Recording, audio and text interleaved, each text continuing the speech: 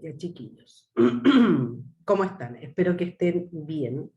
Hoy, en este día lluvioso, voy a grabar la clase, dado que no tuve asistencia, pero debo grabarla y la voy a subir al aula virtual, ¿ya? Entonces, lo primero que vamos a hacer es que voy a compartir pantalla, ¿ya? Para que ustedes vean donde yo ya les subí el material. Aquí están viendo el aula, ¿sí? Entonces, en el aula virtual, en mi apartado, donde dice, ¿no es cierto?, aquí, sección profesora Ingrid Solís, les creé un apartado que dice activos intangibles, porque lo que tenemos que ver hoy día, vamos a hacer un pequeño refresh de conceptos de activo intangible y les traje varios ejercicios para que ustedes los puedan hacer. Yo obviamente que ahora se los voy a ir explicando, ¿ya? Vamos a partir primero abriendo, ¿no es cierto?, este resumen que tenemos acá respecto de los activos intangibles, ¿ya? La NIC 38 es la NIC que nos habla sobre los activos intangibles. Entonces, ¿qué tenemos en esta NIC 38 y en este pequeño resumen que yo les he preparado, que complementa la lectura de la NIC 38? Ustedes tienen que leer la norma y complementar con las presentaciones, resúmenes que, ¿no es cierto?, les dio la profesora Marcela y en este caso yo también. Algunos conceptos, ¿no es cierto?, algunos alcances y definiciones que nos entrega la norma. Por ejemplo, en el párrafo 4 de la norma, nos dice que algunos activos intangibles pueden estar contenidos en o contener un soporte que sea de naturaleza o apariencia física. ¿Por qué? Porque los activos intangibles no tienen apariencia física, pero hay algunos que sí pueden tener esta apariencia. Y es el caso de un disco compacto. Cuando estamos hablando de un software, ¿no es cierto?, computacional, de un programa informático. El programa informático debe estar contenido en algún soporte físico, ¿ya? O también, en el caso de una licencia, una patente, está contenida en un soporte físico que sería el documento legal. Dice si al determinar, dice si un activo que incluye elementos tangibles e intangibles se trata, según la NIC 16 de propiedades, planta y equipos, que nosotros ya vimos, o como un activo intangible, según la presente norma, la entidad lo que debe hacer es realizar el oportuno juicio para evaluar cuál de estos dos elementos, el físico o el intangible, ¿no es cierto?, tiene un peso más significativo. Y aquí les coloco un ejemplo. Los programas informáticos para un ordenador que no puede funcionar sin un programa específico son una parte integrante del equipo y serán tratados como elementos de propiedades, planta y equipo. Lo que nos está diciendo acá, por ejemplo, cuando nosotros compramos el computador, debemos incorporarle el sistema operativo, porque de lo contrario no va a funcionar el computador. Por lo tanto, ese sistema operativo, ¿no es cierto?, y el computador forma parte como un todo, una propiedad, planta y equipo, ¿ya? Lo mismo dice, se aplica al sistema operativo de este ordenador, lo que yo les acabo de decir. Cuando los programas informáticos no constituyen una parte integrante del equipo, serán tratados como activos intangibles. Es decir, si nosotros tenemos este computador habilitado para que funcione con el sistema operativo, eso es una PPE. Pero si además yo requiero incorporar un software computacional específico, por ejemplo, un ERP, ¿no es cierto?, que es cualquier programa contable que nosotros utilicemos, ese software ya es un intangible. Ahí podemos hacer nuestra distinción, ¿ya?, respecto de los software. Respecto de algunos alcances y definiciones que nos dice esta norma, en el párrafo 8 nos dice que un activo es un recurso que es controlado por la entidad. Esto es muy importante y es muy importante tenerlo claro desde aquí en adelante, que los activos, ¿no es cierto?, son controlados. O sea, el activo es activo desde el momento en que yo tengo el control de él. Y además el activo me reporta beneficio económico futuro. Esas son las dos características principales de un activo. Un intangible es un activo que cumple estas dos características, ¿ya?, pero de carácter no monetario y sin apariencia física. Por eso el concepto, ¿no es cierto?, claramente que podemos identificar del intangible el software, ¿ya? No tiene una apariencia física, si bien tenemos que soportarlo, ¿no es cierto?, en un disco duro, ¿verdad? Eso, el disco duro no es el software, lo que nos interesa es lo que está dentro, lo intangible, ¿verdad? Todo este proceso que se ha desarrollado del software.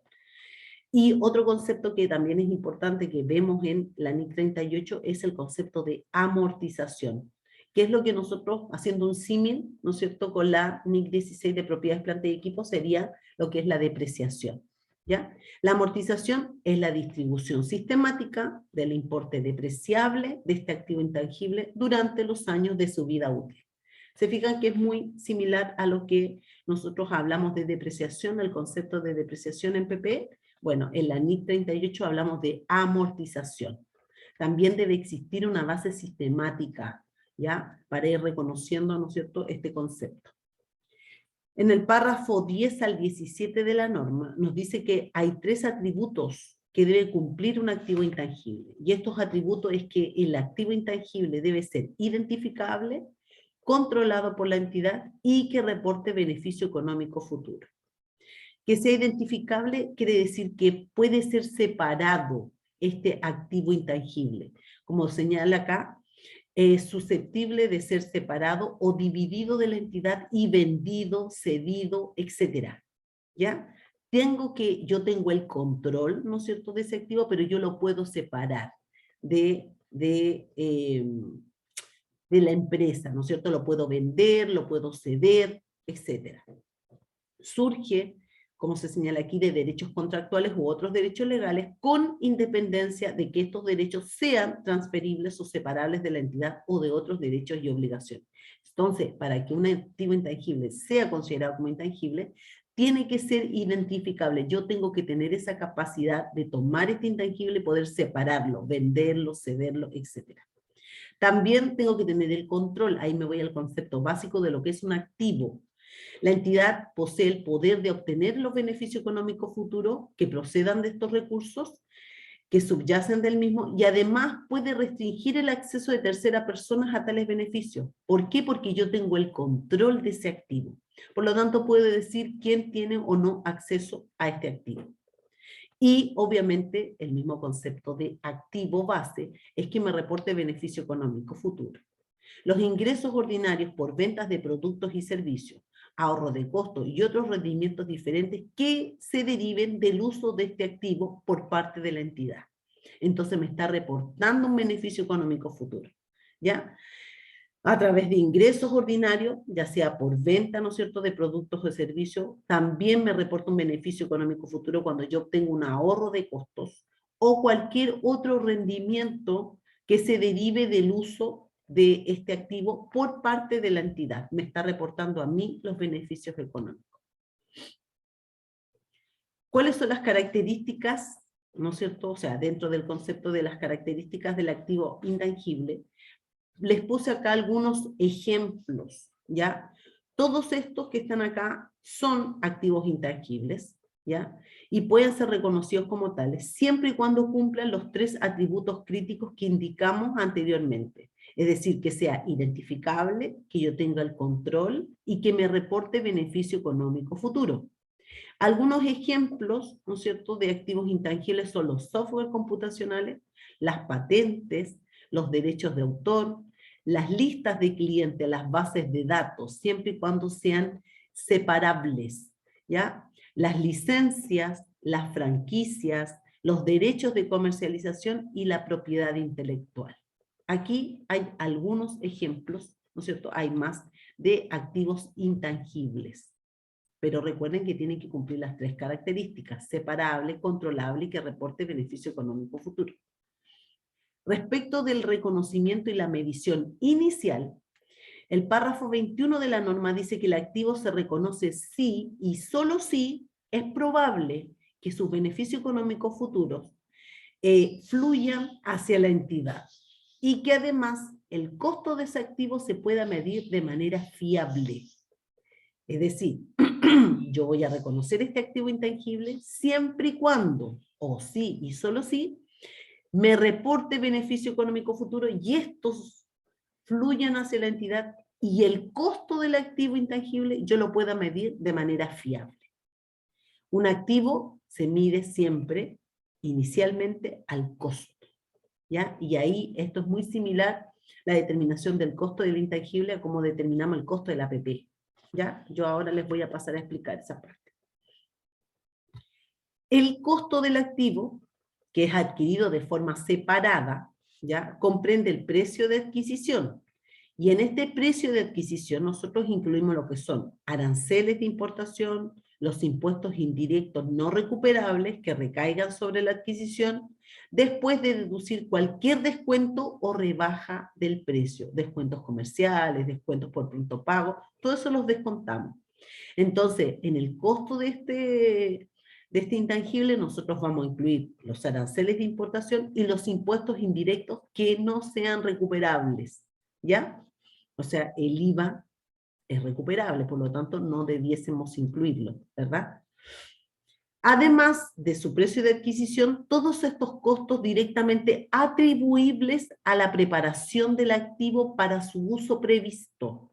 Entonces tenemos por un lado, en el reconocimiento inicial, siempre de un activo intangible se realiza el costo, y este costo está conformado por dos partes. Por un lado tenemos el precio de adquisición y los costos atribuidos. Son ejemplos de costos atribuidos o atribuibles los costos de las remuneraciones a los empleados, esto según la NIC 19, derivados directamente de poner el activo en sus condiciones de uso. También son parte o son costos atribuidos los honorarios profesionales surgidos directamente de poner el activo en condiciones de uso. Y los costos de comprobación de que el activo funciona adecuadamente. Todo esto son costos atribuidos y forman parte del costo de mi activo intangible, es decir, las remuneraciones, los honorarios profesionales y la comprobación de que el activo funciona en las condiciones necesarias para que quede operativo, ¿verdad? Ejemplos de desembolsos que no forman parte del costo de un activo intangible. La norma nos señala específicamente cuáles costos no forman parte de este reconocimiento inicial. Por ejemplo, los costos de introducción de un nuevo producto o servicio. Ahí se incluyen todos los costos de publicidad y de promoción. Cualquier costo de publicidad o de promoción no forma parte del costo del activo intangible. Los costos de apertura del negocio en una nueva localización o dirigirlo a un nuevo segmento de clientela. Incluye esto los costos de formación del personal. O sea, volvemos a hablar aquí sobre el concepto de la capacitación. Tampoco forman parte del costo del intangible las capacitaciones. Y los costos de administración y otros costos indirectos generales no forman parte de este costo del activo intangible. En el párrafo 30 dice que el reconocimiento de los costos en el importe en libros de un activo intangible finaliza cuando el activo se encuentra en el lugar y en las condiciones necesarias para operar de la forma prevista. Hasta ese momento yo puedo considerar los costos, activar los costos, hasta que el bien quede en el lugar y en las condiciones necesarias para operar. Muy similar, ¿no es cierto?, a la activación que hacíamos en la APP, hasta que el bien quede en condiciones de ser utilizado, en el lugar y en las condiciones para ser utilizado. Respecto del reconocimiento y medición posterior, porque lo que acabamos de ver es el reconocimiento inicial al costo, respecto del reconocimiento y medición posterior tenemos, al igual que en las APP, dos modelos, el modelo del costo y el modelo de la revaluación. La empresa puede optar por cualquiera de ambos. En el caso del modelo del costo está señalado en el párrafo 74 y dice que con posterioridad al reconocimiento inicial, que fue el costo, un activo intangible se contabiliza por su costo menos la amortización acumulada y el importe acumulado de las pérdidas por deterioro de valor. Cuando yo utilizo, ¿no es cierto?, este método, el método del costo, hice el reconocimiento inicial al costo y mantengo en el reconocimiento posterior el costo. Pero ¿cuál va a ser el valor del activo intangible? El costo, ¿no es cierto?, menos la amortización acumulada y menos el deterioro acumulado. Si yo opto por el modelo de la revaluación, que eso está en el párrafo 75, dice que con posterioridad a este reconocimiento inicial, que fue al costo, el activo intangible se va a contabilizar por su valor revaluado, que es el valor razonable en el momento de la revaluación, menos la amortización acumulada y el importe acumulado de las pérdidas por deterioro del valor que haya sufrido. Para fijar el importe de las revaluaciones de esta norma, el valor razonable se mide con referencia a un mercado activo. Entonces, el valor razonable, ¿qué es lo que es? El precio de mercado. Entonces, si yo opto por el modelo de la revaluación, voy a contabilizar el activo intangible por el valor revaluado. Y este valor revaluado es el valor razonable en el momento de la revaluación, menos la amortización acumulada y menos el importe acumulado de las pérdidas por deterioro, es decir, del deterioro, ¿no es cierto?, que haya sufrido este activo intangible. ¿Ya? Eso es los dos métodos. Método de modelo del costo o el valor revaluado, que sería el valor razonable. En ambos casos tengo que rebajar las amortizaciones acumuladas y tengo que rebajar, para determinar el valor libre del intangible, el deterioro acumulado. Dice en el párrafo 85 que si se incrementa el importe del libro de un activo intangible como consecuencia de esta revaluación, es decir, que el valor razonable, yo tengo un activo intangible y yo voy a ver su precio, supongamos que sea un software, y yo voy a ver el precio de mercado, ¿no es cierto? Y hay un aumento en ese valor razonable, que es lo que señala acá. Si hay un aumento, si se incrementa el valor libre de este intangible como consecuencia de esta revaluación, porque yo estoy mirando, ¿no es cierto?, el valor razonable, este aumento se reconoce en otro resultado integral y se acumula, ¿no es cierto?, en el patrimonio en una cuenta de superávit de revaluación. Sin embargo, dice, el incremento se reconoce en el resultado del periodo en la medida en que sea una reversión de un decremento por una revaluación del mismo, reconocido anteriormente en el resultado. Entonces, si yo tengo un incremento del valor del intangible, yo voy a cargar el intangible, voy a aumentar el valor contra una cuenta de superávit de revaluación, ¿ya?, que va en otros resultados integrales.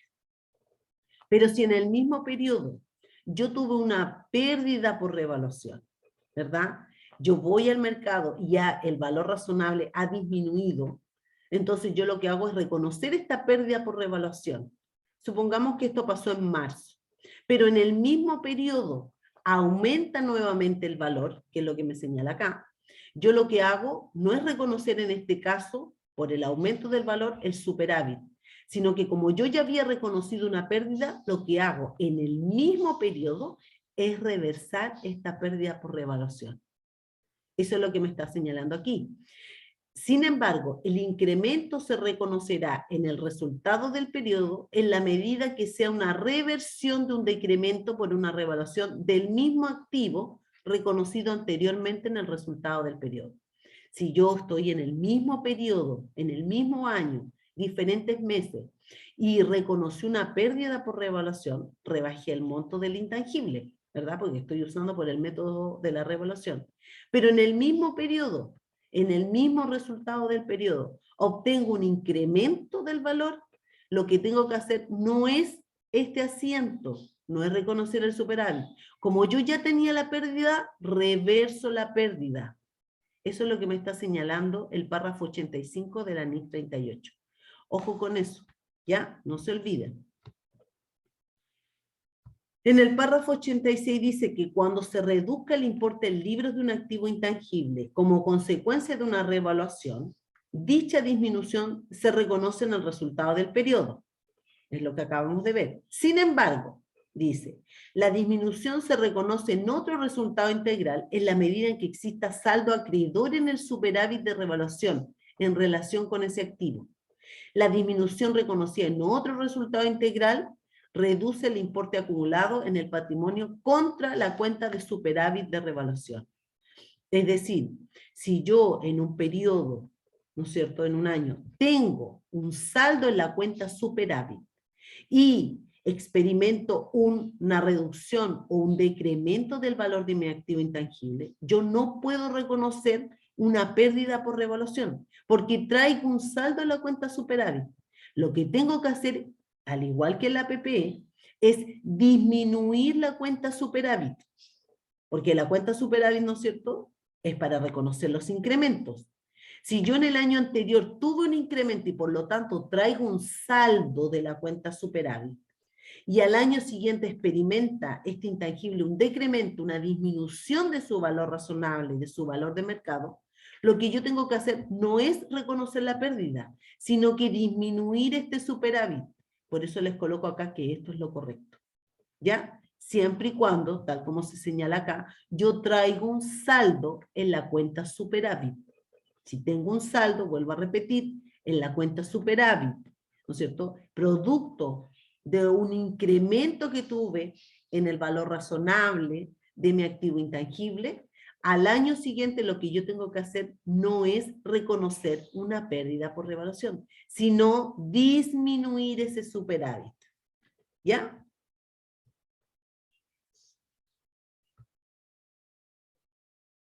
Respecto de la vida útil, que también es un concepto importante en los activos intangibles. El párrafo 88 señala que una entidad evaluará si la vida útil del activo intangible es finita o indefinida. Finita o indefinida. Esos son los conceptos que nos dice la norma. Si es finita, evaluará la duración o el número de unidades productivas u otros similares que constituyan su vida útil. Ahí va a depender, ¿no es cierto?, cómo está expresada la vida útil de este activo intangible. La entidad considerará que un activo intangible tiene una vida útil indefinida, cuando, sobre la base de un análisis de todos los factores relevantes, no existe un límite previsible al periodo a lo largo del cual se espera que este activo genere entradas de flujos netos de efectivo para la entidad. Entonces, un activo intangible puede tener una vida útil finita o definida, ¿no es cierto?, cuando yo tengo esta base sistemática sobre la cual voy a considerar la amortización, tengo una cantidad de años o tengo una cantidad de unidades productivas, ¿verdad? Va a depender en la definición de esta base sistemática, pero existe un límite de tiempo. Pero si el activo intangible no tiene esta base sistemática, no tiene esta definición de límite sobre la cual yo voy a obtener los flujos netos de efectivo para la entidad, entonces la vida útil de ese activo intangible es indefinida. ¿Ya? ¿Y qué pasa en ese caso? Los activos intangibles que tienen vida útiles finitas, ¿verdad? Dice que el párrafo 97, que el importe depreciable de este activo intangible con la vida útil finita se distribuirá sobre la base sistemática a lo largo de su vida útil.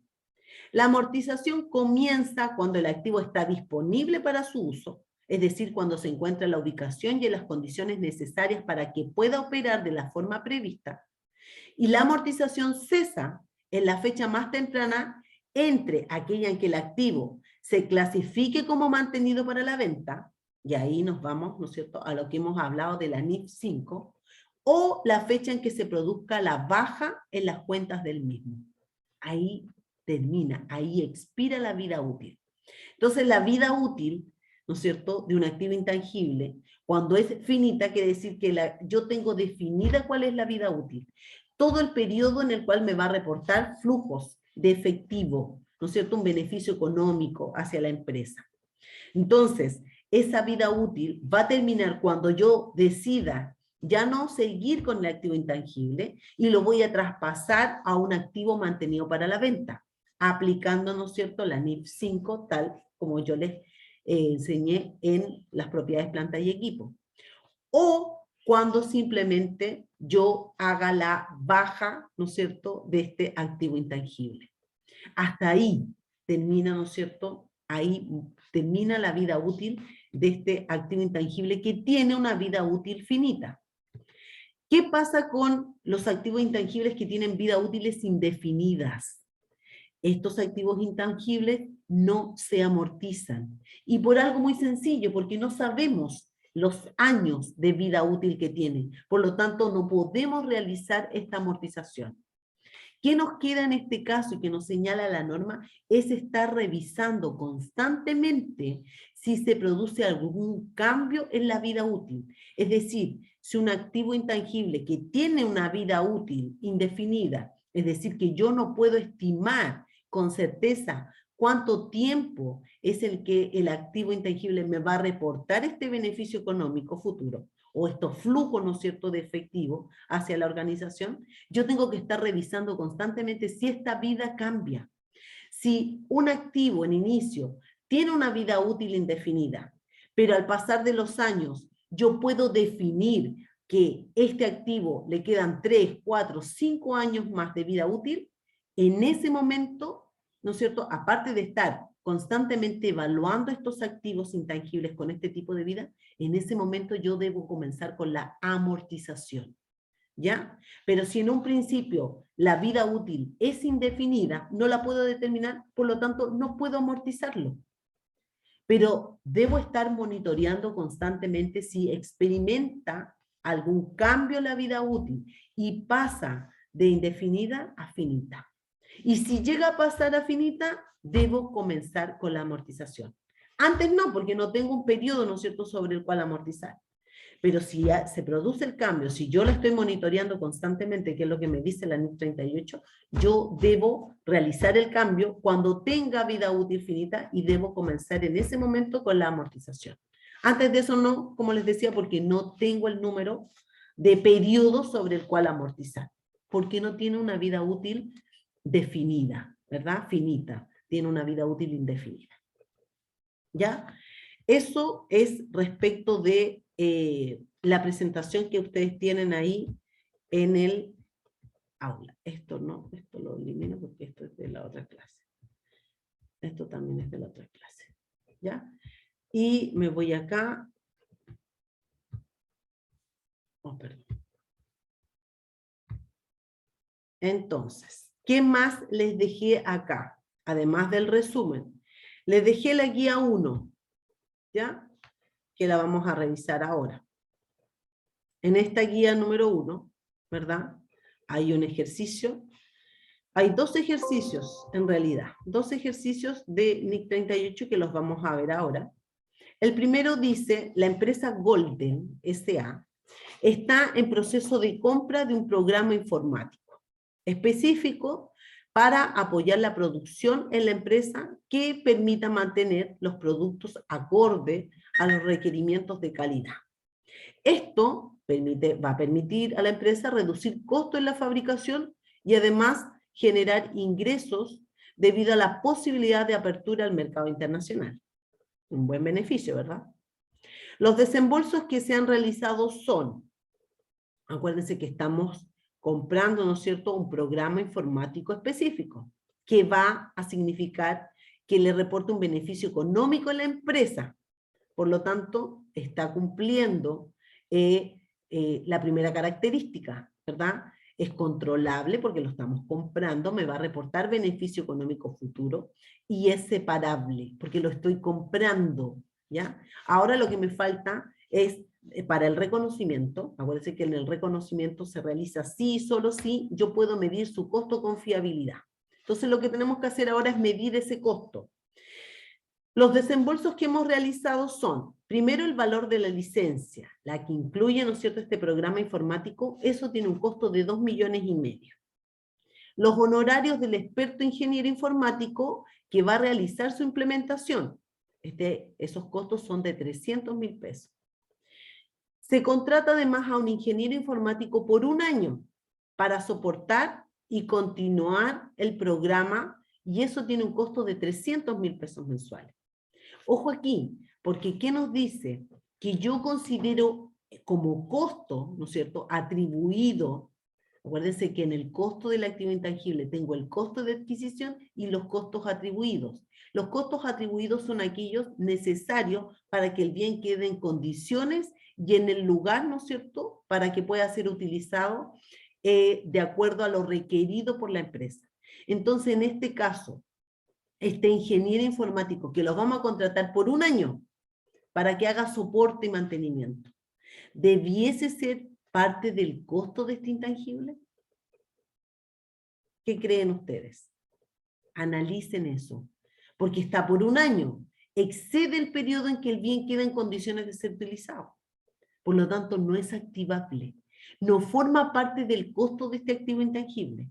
Sí, el valor de la licencia, porque es el costo de adquisición. Sí, el honorario del experto ingeniero informático, que tiene que implementarlo para que el bien quede en condiciones de ser utilizado. Pero esta mantención que vamos a hacer, eso ya es un gasto mensual. No forma parte del costo de esta APP.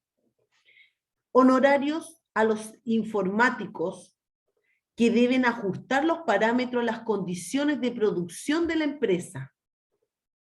Si yo no pago, ¿no es cierto?, o no tomo los servicios de estos ingenieros informáticos para que tomen este programa y lo adecúen a los parámetros para que optimicen mi proceso productivo, el bien, este intangible, no va a estar en las condiciones necesarias para su uso. Por lo tanto, esos honorarios informáticos que son de 3 millones sí forman parte del costo. En la letra E nos dice costos de capacitación del personal que trabajará directamente con el programa informático. Yo les acabo de mostrar las láminas que los costos de capacitación no forman parte del costo del activo intangible. Por lo tanto, esos 2 millones no forman parte del costo. Como letra F dice que se ha contratado a una empresa de publicidad para gestionar el lanzamiento de este nuevo programa, ya que este implicará un cambio drástico en los sistemas de información de la empresa y se necesita el apoyo de los usuarios. El monto cobrado por la empresa es de 730.000 pesos. También les acabo de mostrar que los costos de promoción y de publicidad, explícitamente la NIC 38 señala que no son activables. Por lo tanto, esos costos no forman parte del costo del activo intangible. Los honorarios del abogado por 650.000 pesos para el traspaso de la licencia. Esos costos, acuérdense que también les hablé respecto de los honorarios. ¿Qué pasa si no realizamos o no incurrimos en los costos de estos abogados para poder adquirir, ¿no es cierto?, para que haga el traspaso de la licencia? ¿El bien va a estar en las condiciones necesarias para su uso? No. Por lo tanto, ¿eso forma parte del costo? Claro que forma parte del costo. Entonces, dice, ¿la empresa Golden S.A. puede reconocer un activo intangible por este concepto? ¿Cuál es el valor del intangible? Entonces, vamos a ver lo que yo les subí acá. Vamos a revisar esto.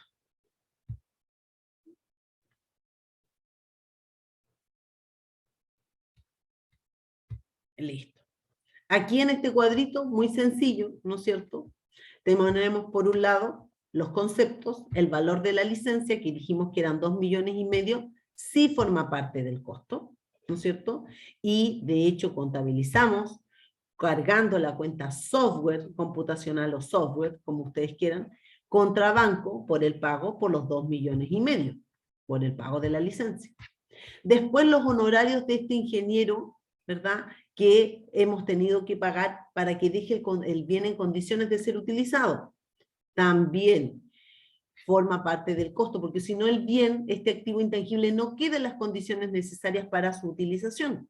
Por lo tanto, también cargamos la cuenta software, que sería el activo intangible, contra banco por los 300.000 pesos. Después tenemos el ingeniero para soporte, que lo vamos a tener durante un año para que haga mantención y soporte. Eso no forma parte del costo. Nos excedimos en los periodos. Eso es un gasto del periodo. Y ese gasto tiene 300.000 pesos mensuales. Por lo tanto, ¿no es cierto?, esos 300.000 pesos, que es el gasto de soporte técnico, va a ir mensualmente a una cuenta por pagar. Después tenemos otros honorarios del ingeniero que tiene que ajustar los parámetros, que nos cobra 3 millones de pesos. Si nosotros no activamos, no realizamos ese gasto y no lo activamos, el bien no queda en las condiciones de ser utilizado. Por lo tanto, esos 3 millones sí forman parte del costo de mi software. Por lo tanto, los cargo en la cuenta del activo intangible software contra banco, ¿no es cierto?, por su pago.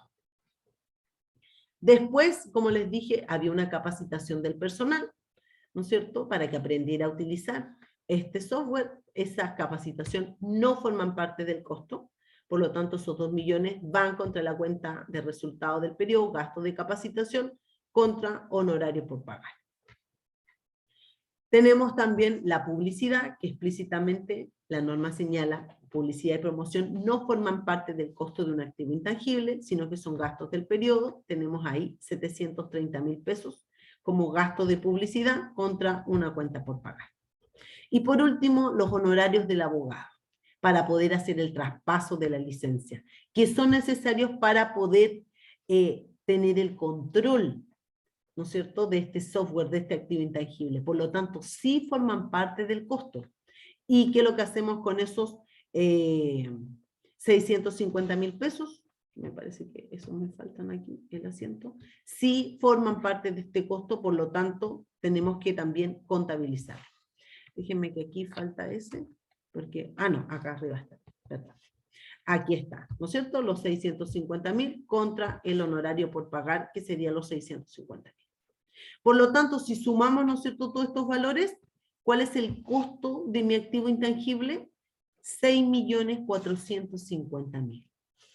Y no solamente el valor de la licencia de 2,5 millones, sino que los 2,5 millones de la licencia, los honorarios del ingeniero, ¿no es cierto?, que utilizamos en primera instancia, los honorarios del otro ingeniero informático que ajusta los parámetros y los honorarios del abogado. Todos esos valores me arrojan un costo total de este activo intangible de 6.450.000 pesos. ¿Ya? Entonces, fíjense ustedes, ¿qué pasa si no hubiésemos considerado todos estos ítems? Cuando realicemos la amortización de este activo intangible, suponiendo que tiene una vida útil finita, ¿verdad?, tendríamos un impacto en el resultado si nosotros no activamos todos los costos que la norma nos permite activar. ¿Ya? Vamos a tener un impacto porque vamos a estar disminuyendo el patrimonio, reconociendo un activo por un menor valor, y por otro lado, vamos a tener un impacto vía amortización. ¿Sí? Acuérdense que la amortización es muy similar a la depreciación, por lo tanto también tiene un efecto en resultado. De ahí la importancia de poder aplicar correctamente la norma y de identificar correctamente todos los costos que forman parte del activo. Ya en el segundo ejemplo dice, la empresa Texcar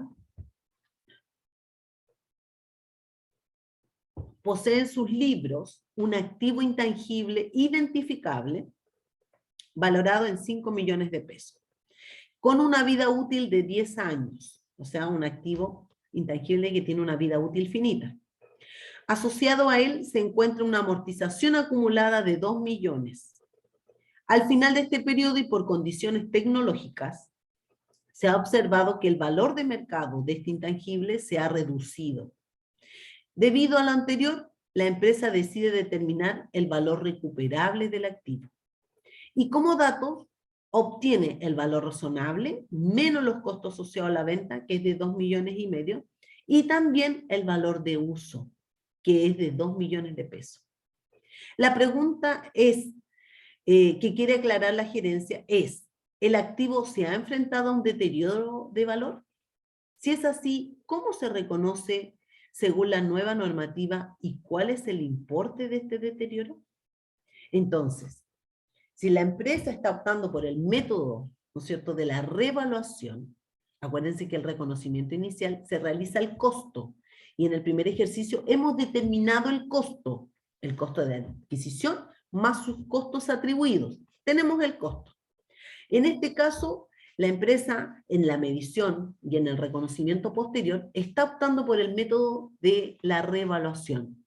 Y en el método de la revaluación lo que voy a hacer es determinar el valor revaluado, que va a ser el valor razonable, ¿verdad? Pero además aquí tengo el valor razonable y el valor de uso. Esto es muy similar a lo que vimos en la APP.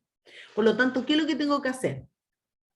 Voy a ir a revisar, ¿no es cierto? Y voy a comparar mi valor libro del activo intangible, que es un costo de 5 millones más, o menos, perdón, una amortización acumulada de 2 millones. Por lo tanto, el valor libro de mi activo intangible es de 3 millones de pesos. ¿Ya? ¿Existen indicios de deterioro? Claro que existen indicios de deterioro. ¿Cuáles son estos indicios? Porque eso es muy importante. ¿Cómo aplico el deterioro? Y esto lo conversamos cuando vimos la APP. Cuando existan indicios de deterioro, yo aplico el test de deterioro. Pero deben existir indicios. Y acá el indicio de deterioro son las malas condiciones tecnológicas que afectan la disminución de valor de mercado, que es lo que nos señala el ejercicio. Alguna obsolescencia que podamos por ahí ver puede afectar y puede deteriorar, ¿no es cierto?, el valor de mi activo intangible.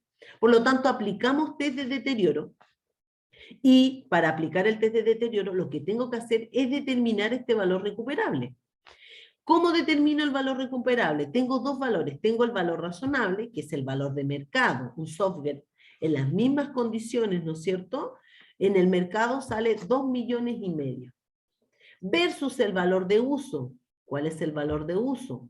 Es el valor, ¿no es cierto?, de los flujos futuros que me va a reportar este software, que tenía una vida útil de 10 años. Entonces comparo su valor de uso, que es el valor de los flujos futuros, ¿no es cierto?, que me va a reportar, con el precio de mercado. Y tengo 2 millones. ¿Cuál de los dos es mayor? El valor razonable. Entonces, al igual que la APP, considero el que es mayor. Y voy a comparar el valor libros, que son los 3 millones, con el valor razonable de 2 millones y medio. Entonces aquí, con el conocimiento que ustedes ya tienen de la APP, ¿existe un deterioro? El valor libros es mayor que mi valor de mercado.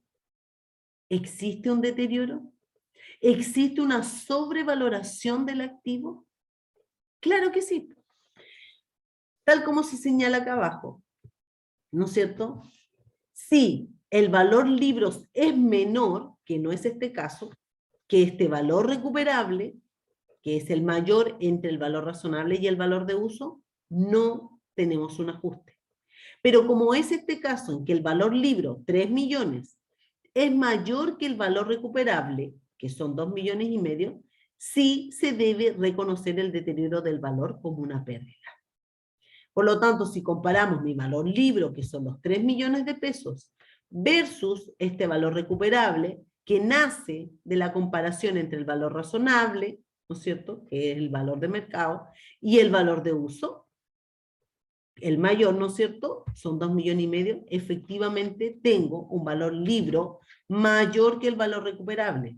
Por lo tanto, existe un deterioro y se debe registrar este deterioro, que es de 500.000 pesos, de acuerdo a lo que nos señala la NIC 36, que es la NIC sobre deterioro. ¿Cómo reconocemos este deterioro? Contabilizamos una pérdida por deterioro del activo intangible contra deterioro acumulado del activo intangible. ¿Por qué valor? Por los 500.000 pesos que tenemos de diferencia. Esta cuenta deterioro acumulado es una cuenta complementaria. Por lo tanto, cuando yo presento en mi estado de situación financiera y en mi nota explicativa, yo voy a tener el valor del activo intangible, ¿no es cierto?, en este caso que era un software computacional, me parece que arriba decía el nombre, va a aparecer por 2 millones y medio. ¿Cómo llego a esos 2 millones y medio? Tengo, y esta información aparece en la nota explicativa, el valor de adquisición de 5 millones, la amortización acumulada de 2 millones, eso me da 3 millones. Y tengo un deterioro acumulado, ¿no es cierto?, de 500.000 pesos. Por lo tanto, el valor neto en libros son los 2 millones y medio, es que sería el valor de mercado. ¿Sí? Por lo tanto, ya no tengo una sobrevaloración del activo, estoy reconociendo el deterioro. Entonces, ¿cuál va a ser el valor del activo? Va a ser el costo de adquisición, menos la amortización acumulada y menos el deterioro acumulado, es decir, los 2 millones y medio. Entonces, en estos dos ejercicios que les acabo de mostrar, por un lado estamos viendo cómo se determina el costo de este activo intangible, con los costos de adquisición y los costos atribuidos, Y por otra parte, le estoy mostrando en un segundo ejercicio, cuando una empresa que ya tiene, ¿no es cierto?, la activación de este intangible y está usando el método o el modelo de la revaluación, compara con el valor de mercado. ¿Por qué? Porque existen indicios de deterioro, indicios que están dados, ¿no es cierto?, por una obsolescencia o una posible obsolescencia tecnológica, ¿ya? Que suele suceder con este tipo de intangibles que son los software computacionales. Entonces, cuando existe este indicio, yo aplico el test. Y al aplicar el test significa que tengo que comparar el mismo activo intangible que yo tengo a valor de mercado. Voy y busco el valor de mercado, que sería el valor razonable, y además tengo el valor de uso. ¿Qué pasa si solamente tengo el valor de uso? ¿O qué pasa si solamente tengo el valor razonable? Si solamente tengo cualquiera de estos y es menor, ¿no es cierto? Como es el caso, 2 millones o 2 millones y medio, y es menor que el valor que yo tengo del valor libros, automáticamente yo sé que tengo un deterioro. Por lo tanto, si solamente tengo el valor de uso, que va a ser el valor de los flujos futuros, yo ya sé que hay un deterioro y voy a reconocer el deterioro. ¿Ya? No necesito tener ambos, que eso también es una pregunta que me hicieron, me acuerdo yo en las PPE. Si yo tengo cualquiera de los dos valores y cualquiera de los dos valores es menor ya que el valor libre que tengo, automáticamente sé que existe un deterioro y por lo tanto voy a reconocer ese deterioro. ¿Ya? ¿Por qué? Porque si no logro encontrar en el mercado el mismo software, porque supongamos que sea muy antiguo, ¿verdad? El mismo software, en las mismas condiciones que yo lo tengo, no lo encuentro en un mercado activo, pero sí soy capaz de determinar el valor de uso, y este es mucho menor que el valor contable que tengo, que el valor libro, automáticamente estoy clara en que existe un deterioro del activo intangible, y que por lo tanto tengo que reconocer ese deterioro para no tener mi activo, ¿no es cierto?, sobrevalorado, mi patrimonio sobrevalorado. Y el reconocimiento es contra una cuenta de pérdida por deterioro a deterioro acumulado. Deterioro acumulado es una cuenta complementaria del activo. Por lo tanto, en el estado de situación financiera me va a aparecer el valor neto en libros, pero el detalle me lo voy a encontrar en la nota explicativa. Cuando yo examino la nota explicativa, yo ahí voy a entender, ¿no es cierto? Acuérdense que las notas explicativas entregan mucha información complementaria para quien lee los estados financieros.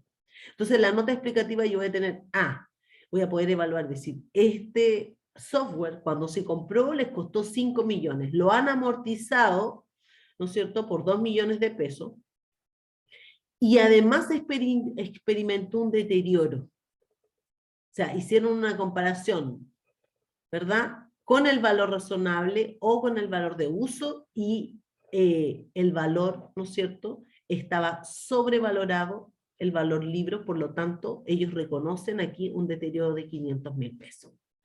¿Ya? Eso, espero que se vaya entendiendo esta parte. Estamos viendo dos conceptos. Vamos a ver otra guía más que les dejé, que es la guía 2, ¿verdad?, del taller, que también lo pueden encontrar acá.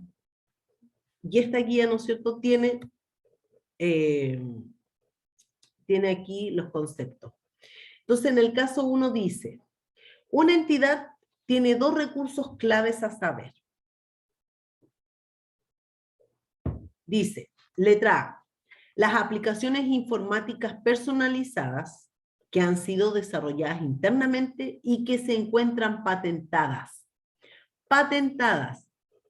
Por lo tanto, si están patentadas, es separable. ¿Ya? Yo tengo el control.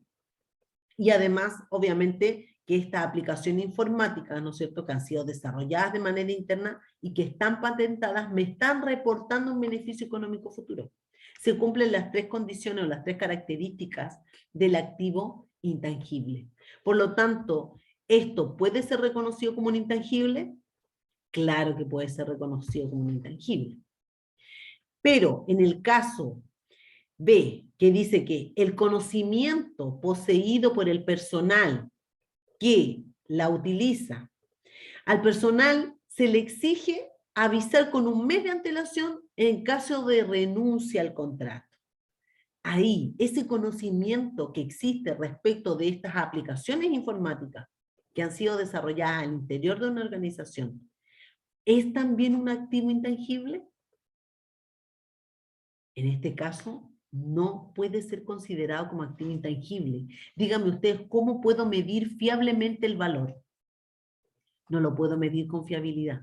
Sí lo puedo medir en el caso, ¿no es cierto?, del activo intangible que es desarrollado internamente, que eso ya lo vieron, ¿no es cierto?, con Marcela, por eso yo no me meto ahí en ese tema, pero ahí sí existe una forma y que nos señala directamente la norma cómo los activos intangibles que son desarrollados de manera interna, yo puedo determinar cuál es el costo. Pero ¿cómo mido fiablemente el costo del conocimiento que tienen las personas? Aunque cuando se tengan que ir den un aviso, eso no es un intangible para mí, ¿ya? Caso 2. Con el transcurso del tiempo, dice, una entidad ha establecido una lista significativa de clientes. Se considera que la lista es muy valiosa para la entidad. Esa base de datos, ¿es un activo intangible para la entidad? ¿Cuál es el costo? ¿Puedo medirlo? Acuérdense que un activo intangible se reconoce sí, solo sí, yo puedo medir su costo con fiabilidad y además me va a reportar beneficio económico futuro. Acá, ¿puedo medir ese costo con fiabilidad? Porque dice, se ha generado una lista significativa de los clientes y esta lista es muy valiosa para la entidad. Claro, es muy valiosa, pero ¿cuál es el costo? ¿Lo puedo medir de manera fiable? No. Por lo tanto, ¿reconozco el activo intangible? No es un activo intangible. ¿Ya? Después me dice, el 1 de enero del año 2020, la entidad adquirió una lista de clientes de otra entidad por 100 millones. La administración puede vender a tercero esta lista, adquirida externamente. Entonces, yo acá sí estoy ante la presencia de las 3 características del activo intangible. ¿Es separable? Claro, porque lo puedo vender o ceder. ¿Puedo medir su costo con fiabilidad? Claro, porque me costó 100 millones de pesos. ¿Tengo el control? Claro, lo puedo vender o ceder. Yo tengo el control. ¿Me reporta beneficio económico futuro? Claro que me reporta beneficio económico futuro. Por lo tanto, sí es, en este caso, un intangible. Y yo lo activo, ¿no es cierto?, como un intangible. En 2020, la entidad estima que incurrió en costos adicionales de personal. Estamos hablando siempre del mismo ejercicio. Por 10 millones. Para el mantenimiento y desarrollo posterior de esta lista de clientes adquirida externamente. Yo compré, ¿no es cierto?, esta lista de clientes en 100 millones, pero incurro en 10 millones de pesos para mantener y desarrollo posterior de esta lista de clientes. ¿Esto es un costo atribuido? ¿Puedo aumentar el valor de mi activo intangible producto de esta mantención y desarrollo posterior de la lista de clientes? No, ¿verdad? No es activable este mantenimiento posterior o este desarrollo posterior. Muy similar a lo que vimos con el software computacional y con el ingeniero informático que tenía que hacer el mantenimiento. Es gasto del periodo. No es un costo, no es necesario para que el bien quede en condiciones de ser utilizado, en la ubicación y en las condiciones necesarias para ser utilizado. Por lo tanto, es parte del gasto del periodo. Como caso número 3, dice, una entidad desarrolló una marca exitosa que le permite cobrar una prima por sus productos.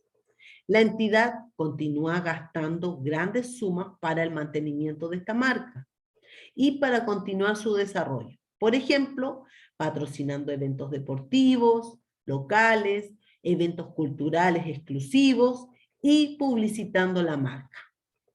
Entonces, tenemos aquí una marca exitosa, desarrollada, ¿no es cierto?, internamente, Esta marca le permite obtener un ingreso, un beneficio económico, porque cobra una prima, ¿verdad?, por sus productos. Y además sigue manteniendo gastos por esta marca, ¿ya?, para poder mantenerla y para continuar su desarrollo. Patrocina eventos, etcétera, etcétera. Entonces, en este caso, ¿esa marca puede ser reconocida como un activo intangible? No puede ser reconocido como un activo intangible. Las marcas autogeneradas no son intangibles. Por lo tanto, en este caso, también estamos ante la presencia de un activo que no puede ser considerado como un activo intangible. No puede ser considerado, porque las marcas autogeneradas no son activos intangibles. No los contabilizo como activo intangible. En el caso número 2 de este mismo, en el punto 2 de este mismo caso número 3, dice que una entidad adquiere la marca de un competidor en una adquisición separada por 100 millones. La entidad utiliza la marca para cobrar una prima por los productos que fabrica. Entonces, en este caso, la misma marca, pero no es autogenerada, sino que es comprada y tengo un valor determinado, que son 100 millones de pesos. En este caso, sí es un activo intangible. Además, voy a cobrar una prima, me va a reportar beneficio económico futuro. Tengo su valor medible, su costo es medido con fiabilidad. Y yo tengo el control. Me reporta beneficio económico futuro. Es separable porque lo compré, ¿verdad? Y yo ahora lo puedo vender, ceder, lo que quiera. Por lo tanto, sí cumple las características para ser un activo intangible. Y debe ser reconocido como activo intangible en la contabilidad. ¿Por cuánto? Por los 100 millones, ¿no es cierto?, que me costó. ¿Se dan cuenta de la diferencia? Espero que sí. Veamos el caso número 4. ¿Ya? Y con eso yo creo que ya estamos abarcando varios conceptos, ¿verdad? Estamos visto la determinación del costo más sus costos atribuidos, la revaluación, ¿no es cierto?, o el concepto de deterioro, cuando yo utilizo el modelo de la revaluación. Hemos visto también diferentes situaciones para analizar si son o no son activos intangibles, si corresponde o no el reconocimiento como un activo intangible. Y ahora veamos este caso número 4, que guarda relación también con la determinación del costo del activo intangible, ya que es, al igual que las PPE, una de las partes sensibles. Pues si yo determino mal el costo, voy a amortizar incorrectamente ese activo intangible. Entonces dice el caso, el 1 de enero del año 2020, una entidad adquiere un nuevo paquete de programa informático para operar sus equipos de producción, por un costo de 600.000 pesos, que incluye, o que incluía 50.000 pesos de impuestos indirectos recuperables. Entonces, ojo ahí. Perdón. El costo son 600.000 pesos, el costo de adquisición. Pero en esos 600.000 pesos hay 50.000 de impuestos que yo puedo recuperar. Por lo tanto, ¿cuánto es lo que tengo que activar como costo de adquisición? 600 o 550.000 pesos. Si hay un impuesto que yo puedo recuperar, 550. ¿Por qué? Porque esos impuestos recuperables, como son recuperables, no forman parte del costo. Lo mismo que en las PP. El precio de compra, dice, fue financiado mediante un préstamo, el cual genera intereses mensuales por 1.500 pesos. Entonces, yo estoy solicitando un préstamo exclusivamente para poder comprar este paquete de programas informáticos. Y voy a tener que pagar un interés de 1.500 pesos mensuales. Aquí también volvemos al concepto que nos habla la NIC 23, de los intereses, ¿no es cierto?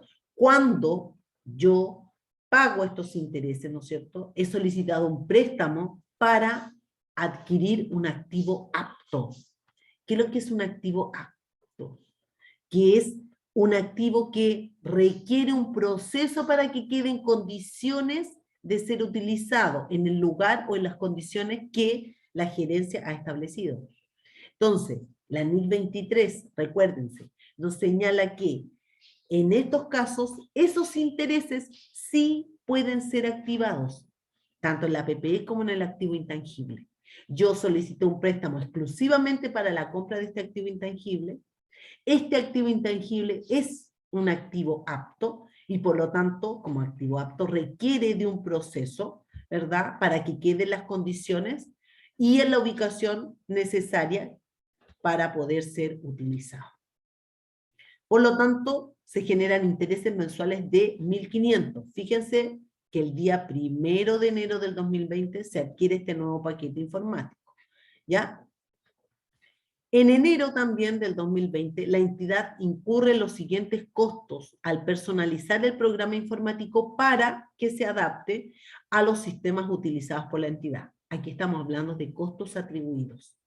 Por un lado, tiene que incurrir en honorarios del ingeniero informático con un costo de 120.000. ¿Qué pasa si yo no incurro, no pago, ¿no es cierto?, esos costos? ¿Quedan las condiciones de ser utilizado? No. Por lo tanto, esos honorarios del ingeniero informático forman parte del costo de mi activo intangible. ¿Son necesarios para que el paquete informático quede en las condiciones necesarias para ser utilizado? Sí, ¿verdad? Y por lo tanto, sí es activable, sí forma parte de mi costo del activo intangible. Además, en enero también, el personal de producción de la entidad recibe formación para operar este nuevo programa informático.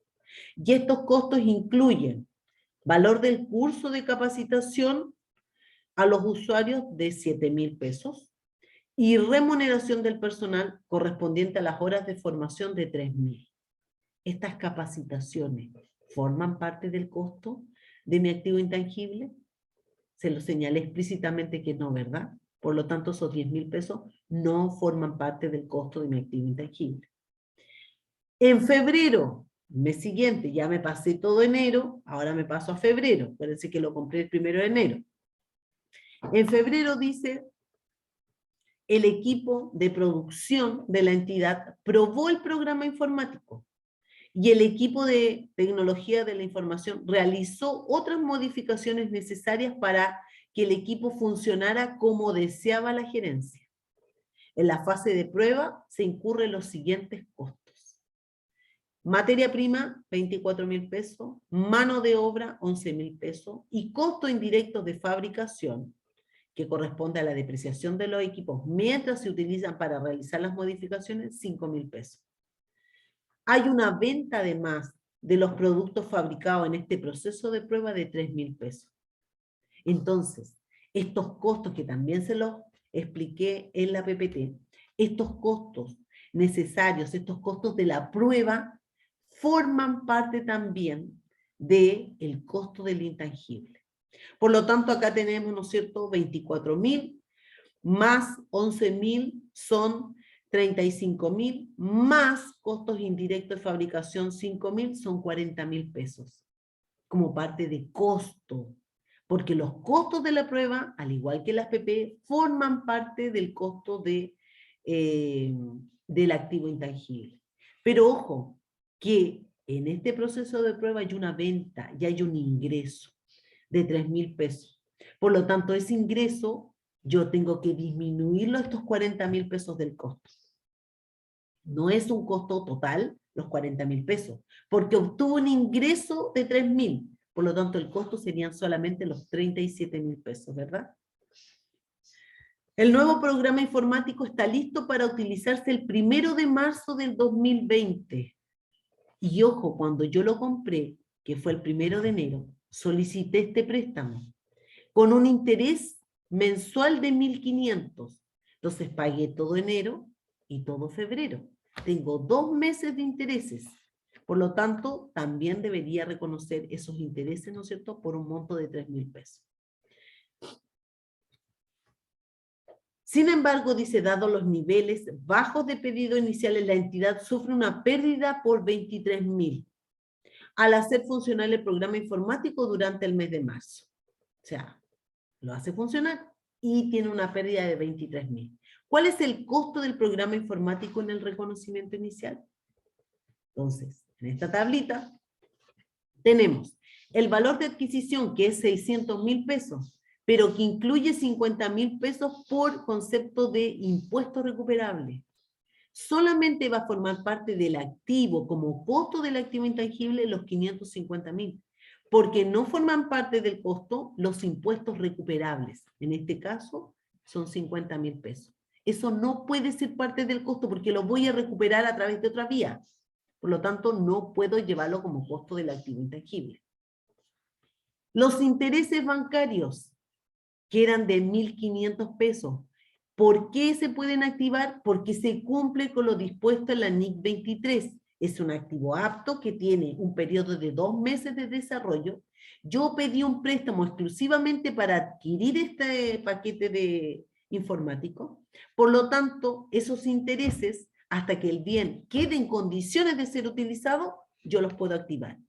Y como lo solicité el préstamo en enero, y el bien queda en condiciones de ser utilizado en marzo, tengo el mes de enero y el mes de febrero que estoy pagando el préstamo, ¿no es cierto? Y estoy pagando los intereses de 1.500 pesos.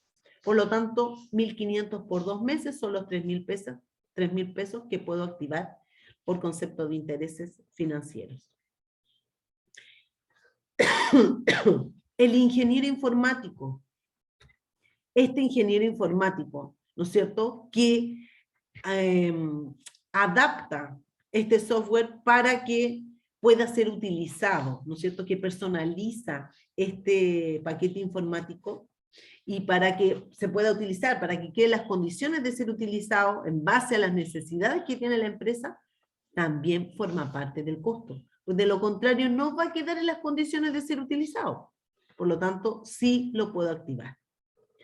La formación de los usuarios, ¿no es cierto? El curso de capacitación, el costo que tiene la capacitación más el costo que tiene por la formación, que son los 10.000 pesos, ya dijimos que no son parte del costo de las capacitaciones.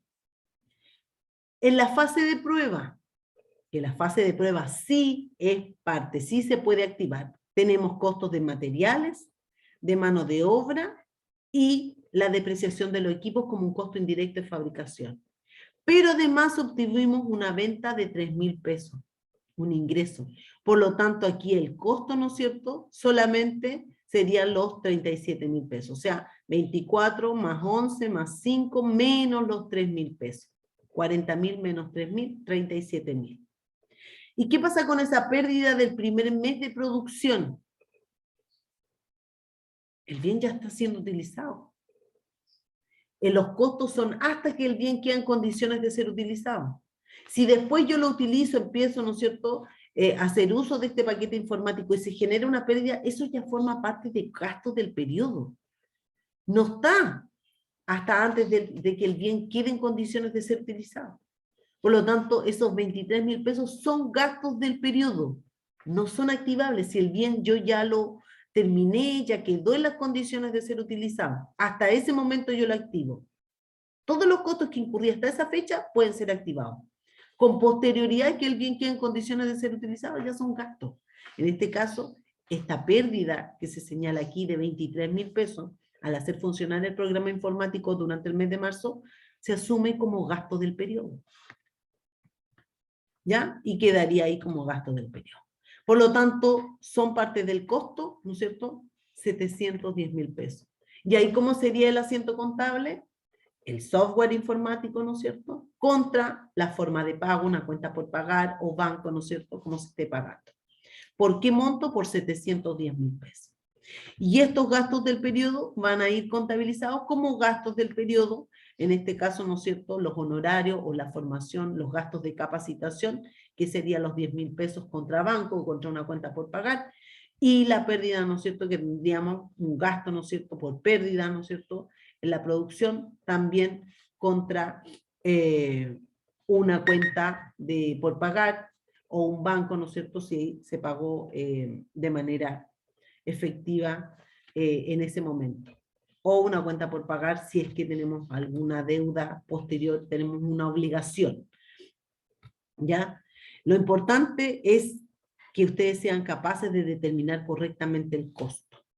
¿Por qué es importante? Porque aquí hay un efecto sobre la amortización, ¿ya? Lo que viene ahora aquí es definir si este activo intangible tiene una vida útil finita o indefinida. Si tiene una vida útil finita, vamos a establecer una base sistemática, que podrían ser los años de vida útil, para poder hacer las amortizaciones. Si tiene una vida útil indefinida, yo no puedo realizar amortizaciones porque no tengo esta base sistemática, pero debo estar constantemente mirando si esta vida útil pasa de indefinida a finita. Y si llegase a pasar a finita, o sea, si yo digo ya, le quedan 2 años, por ejemplo, a este software, a este paquete informático, entonces yo desde ese momento comienzo a amortizar este activo intangible. ¿Ya? Esos son los ejercicios que están acá, se fijan, que yo les dejé aquí, clases del día 23.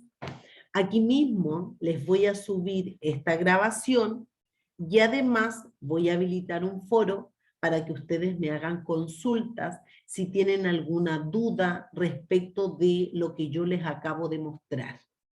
Yo revisé ya los ejercicios que vieron con la profesora Marcela de NIC 38, por lo tanto tienen que repasar esos ejercicios y además complementar con todos estos otros que yo les subí. Y obviamente que primero hay que leer la norma, después hay que leer los resúmenes, ¿no es cierto?, que les acabamos de entregar tanto Marcela como yo, y hacer los ejercicios. De esa manera van a quedar empapados, ¿no es cierto?, y claros con la aplicación de la NIC 38 intangibles, que es muy similar a las propiedades planta y equipo, que las trabajamos bastante, ¿verdad? Así que yo les subo la grabación aquí en este mismo apartado, y además les voy a habilitar un foro por si tienen consultas, yo lo voy a estar revisando constantemente. ¿Ya? Espero que la próxima clase nos podamos ver de manera presencial para seguir avanzando ya en una próxima clase con lo que es la NIC 37 de provisiones. Así que dejo de compartir, ¿ya? Y espero que estén muy bien y espero verlos prontamente. Chao.